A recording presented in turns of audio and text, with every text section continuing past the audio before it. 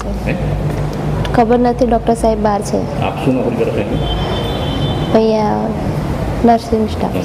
શું બન્યું હતું 2 દિવસ પહેલાં અહીંયા? એ ખબર નથી અમને. અચ્છા, એટલે ખબર નથી એવું કહેવાનું કહ્યું છે ઉપરથી તમને? ના, એવું નહીં કીધું. ડૉક્ટર સાહેબ ક્યાં હતા? ડૉક્ટર સાહેબ 2 દિવસથી બહાર છે, ખબર જ પોલીસ પકડી નથી. ગઈ છે?